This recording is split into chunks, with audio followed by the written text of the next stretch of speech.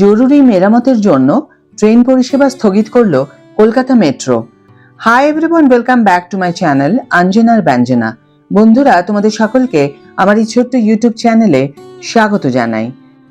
জরুরি রক্ষণাবেক্ষণের প্রয়োজনীয়তার কথা উল্লেখ করে কলকাতা মেট্রো রেলওয়ে 18 মে রবিবার অর্থাৎ গতকাল হাওড়া ময়দান এবং এসপ্ল্যানেড স্টেশনের মধ্যে গুরুত্বপূর্ণ অংশে ট্রেন পরিষেবা স্থগিত রাখার ঘোষণা করেছিল।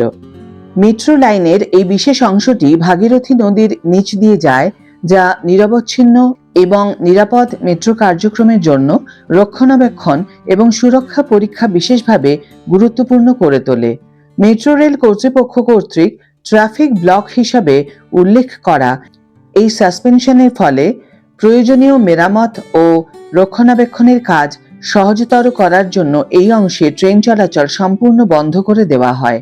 কর্মকর্তারা জোর দিয়ে বলেন যে এই ধরনের পদক্ষেপগুলি স্বল্পমেয়াদে ব্যাঘাত ঘটালেও মেট্রো অবকাঠামোর দীর্ঘমেয়াদী নির্ভরযোগ্যতা এবং সুরক্ষা বজায় রাখার জন্য অত্যন্ত গুরুত্বপূর্ণ, যা কলকাতার লক্ষ লক্ষ যাত্রীর জন্য দৈনন্দিন নগর চলাচলের মেরুদণ্ড। এই ব্যস্ত করিডোরে যাত্রীদের সাময়িক যাত্রা বিরতি অসুবিধার সম্মুখীন করলেও এটি ভারতের প্রাচীনতম মেট্রো নেটওয়ার্কগুলির মধ্যে একটিতে টেকসই অবকাঠামো ব্যবস্থাপনার বৃহত্তর প্রয়োজনীয়তা তুলে ধরে। নিয়মিত সক্রিয় রক্ষণাবেক্ষণ নিশ্চিত করে যে মেট্রো সিস্টেমটি কঠোর সুরক্ষা মান মেনে চলে, জলের নিচে টানেলিংয়ের ঝুঁকি হ্রাস করে এবং মেট্রোর সড়ক ভিত্তিক পরিবহনের পরিবর্তে কম কার্বন নিঃসরণকারী দক্ষ বিকল্প প্রদানের বৃহত্তর লক্ষ্যগুলোকে সমর্থন করে। এই অপরিহার্য কাজের সমান্তরালে কলকাতা মেট্রো পার্পল লাইনে পরিষেবা ফ্রিকোয়েন্সি বাড়ানোর উপর মনোযোগ দিচ্ছে। এটি একটি কৌশলগত পদক্ষেপ যা ন্যায়সঙ্গত নগর পরিবহন বিকল্পগুলির সম্প্রসারণের প্রতিশ্রুতি প্রতিফলিত করে। 3রা মে থেকে পার্পল লাইনে চলমান ট্রেনগুলির মধ্যে ব্যবধান শহরের দক্ষিণ পশ্চিমাঞ্চলীয় সেক্টরে জোকা এবং মাঝেরহাটের মধ্যে 50 মিনিট থেকে 22 মিনিটে উল্লেখযোগ্যভাবে হ্রাস করা হয়েছে।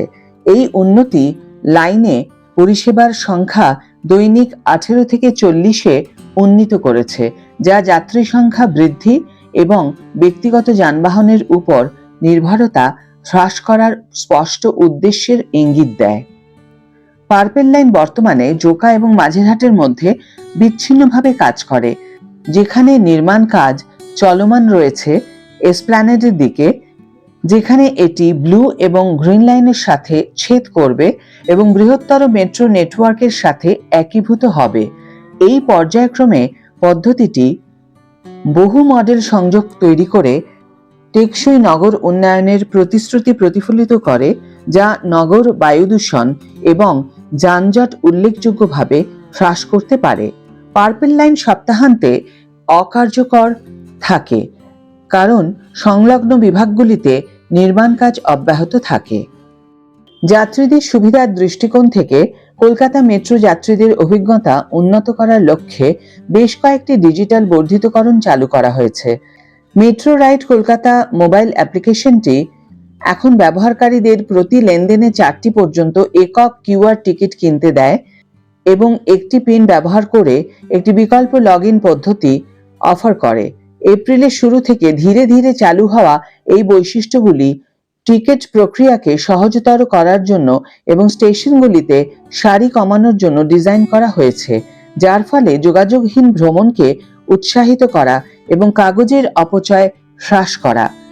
কলকাতা মেট্রোর কর্মকর্তারা জোর দিয়ে বলেন যে ডিজিটাইজেশনের উদ্যোগগুলি কেবল পরিষেবার দক্ষতা উন্নত করে না, বরং শহরের বৃহত্তর পরিবেশগত লক্ষ্যগুলিতেও অবদান রাখে।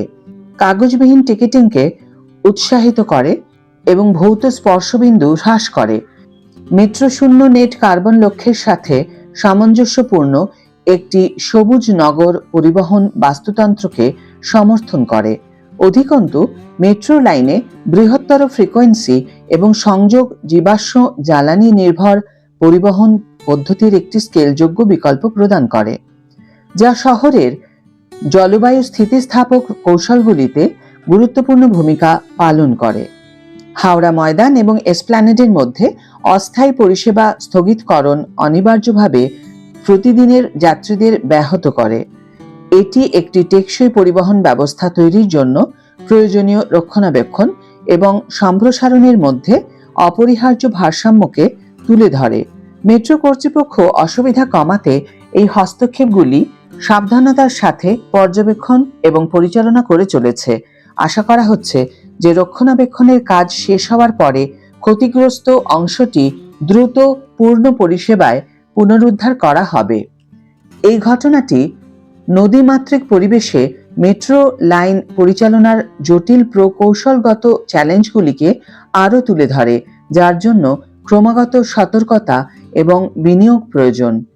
রক্ষণাবেক্ষণের কাজটি কাঠামোগত অখণ্ডতাকে শক্তিশালী করবে এবং সুরক্ষা সম্মতি নিশ্চিত করবে বলে আশা করা হচ্ছে, যা জনসাধারণের আস্থা বজায় রাখার জন্য এবং ব্যক্তিগত যানবাহনের মাধ্যমে মেট্রো ভ্রমণকে আরও বেশি নাগরিককে উৎসাহিত করার জন্য গুরুত্বপূর্ণ। কলকাতা যখন ন্যায়সঙ্গত নগর উন্নয়নের দিকে এগিয়ে যাচ্ছে, তখন এর মেট্রো নেটওয়ার্ক টেকসই অবকাঠামো বিনিয়োগের ভিত্তিপ্রস্তর হিসাবে দাঁড়িয়ে আছে, যা বিভিন্ন শহর অঞ্চলকে সংযুক্ত করে পরিবহন নির্গমন এবং নগর যানজট হ্রাস করে। মেট্রো সিস্টেমের চলমান সম্প্রসারণ এবং আপগ্রেড একটি পরিবেশ বান্ধব, অ্যাক্সেসযোগ্য এবং স্থিতিস্থাপক পরিবহন নেটওয়ার্কের দীর্ঘমেয়াদী দৃষ্টিভঙ্গি অর্জনের জন্য অত্যন্ত গুরুত্বপূর্ণ, যা সমস্ত বাসিন্দাকে সমানভাবে উপকৃত করবে। রক্ষণাবেক্ষণ স্থগিতাদেশ, পার্পেল লাইনে পরিষেবা বৃদ্ধি এবং টিকিটিংয়ে ডিজিটাল উদ্ভাবনের পাশাপাশি নগর পরিবহনের রূপান্তরের জন্য কলকাতা মেট্রোর বহুমুখী পদ্ধতির প্রতিফলন ঘটায়। এই পদক্ষেপগুলি যদিও তাৎক্ষণিকভাবে বিঘ্নিত করে, ভারতের তৃতীয় বৃহত্তম মহানগরের জন্য একটি টেকসই পরিবহন ভবিষ্যৎ লালন পালনের জন্য অবিচ্ছেদ্য, যেখানে জলবায়ু সচেতন নগর পরিকল্পনা এবং প্রযুক্তিগত আপগ্রেড বৃহত্তর জনসাধারণের কল্যাণে একসাথে কাজ করে। জরুরি মেরামতের জন্য ট্রেন পরিষেবা স্থগিত করল কলকাতা মেট্রো। আজকের ভিডিও এখানেই শেষ করছি বন্ধুরা। ভিডিওটি যদি তোমাদের কাছে কার্যকর বলে মনে হয়ে থাকে, তাহলে অবশ্যই একটা ছোট্ট করে লাইক দিও, শেয়ার করো বন্ধুদের সাথে, কমেন্ট করে জানিও তোমাদের মতামত। যারা এখন আমার চ্যানেলটিকে সাবস্ক্রাইব করোনি, তারা অবশ্যই চ্যানেলটিকে সাবস্ক্রাইব করে আমার পাশে থেকো, আর যারা অলরেডি সাবস্ক্রাইব করে দিয়েছো তাদের জন্য আমার অনেক ভালোবাসা এবং অনেক ধন্যবাদ। আজ তাহলে বিদায় বন্ধু, দেখা হবে পরের ভিডিওতে। ভালো থেকো, সুস্থ থেকো, সঙ্গে থেকো।